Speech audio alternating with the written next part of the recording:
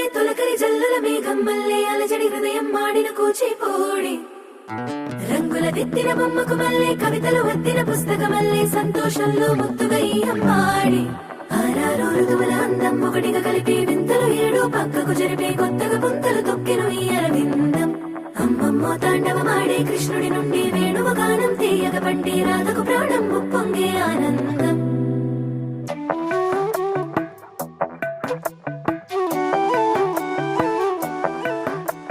మధురము కదా ప్రతొక నడక నీతో కలిసేలా తరగని కథ మనదే కనుక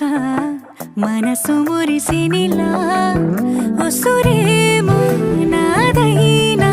నడిపేది నీవుగా కసురైనా విసురైనా విసుగైన రాదుగా పింఛం విప్పిన వెలిగి మల్లె